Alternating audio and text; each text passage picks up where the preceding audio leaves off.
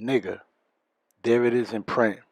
Those 6 letters arranged in a vulgar order and spoken in our minds as we would not dare to speak them from our mouths. We stand as tourists before this word, neck deep in the darkness of its history, choking on the stench of its legacy, so that we might understand it a bit better, the last great taboo in the English language.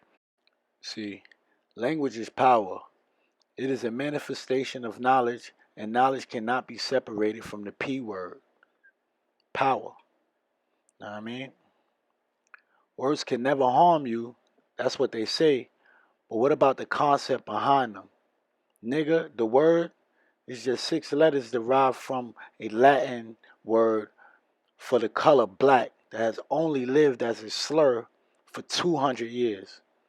But nigga, the concept, now that's a weapon of mass destruction. The shorthand for a field of knowledge that for over 500 years across every continent has dedicated itself to the elevation of light skin and the denigration of the dark skin. You know what I'm talking about? See, it is the crudest, but in some ways most honest example of what used to be called the race theory, but what we now might call scientific racism, and what should be a more enlightened liberal age. Yo, look, we are gonna get woke today, man. We talking about nigger. We gonna touch on this shit, man. Wait, but before we go there though, we gotta touch on the history of the word race itself. That came from back when mankind believed in Celts, Visigoths, and Gauls. I'm talking about back in the barbaric times. This is way, way, way back in the days.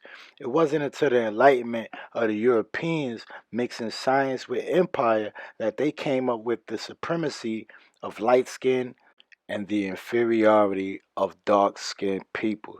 You know what I'm talking about? See, inequality and oppression needed a rationale. It needed a way to make sense. And it found that in race. So now the hierarchies begin to set the poor and the powerless at the bottom and the rich and poor at the top. They started to divide. You understand? Yes, sir. So while white was deemed beautiful, black was the total opposite of beautiful, ugly, whatever. White had a scientific name and a historical lineage. Back in 1795, John Blumenbach called it Caucasian. Meanwhile, black was just denominated as Negro. That's it. No history, no lineage. So, way back in the day, like way, way back in the day, a bunch of these scholars came up with the theory of good versus evil, white versus black, master versus slave, light versus dark.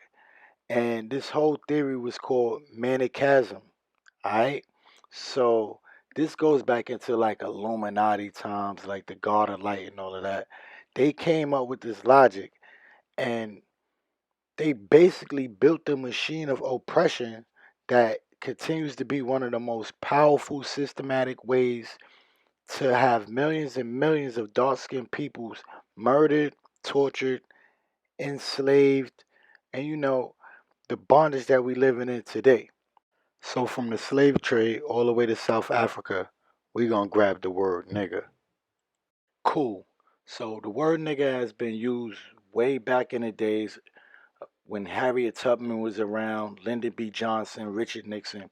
They all used the word at one point or another. It was also incorporated in songs and nursery rhymes, you know what I mean? It was acceptable as an insult with the white people well into the 20th century. But then, the 20th century, the millennials remixed the word and made it work in our favor. Know what I'm talking about?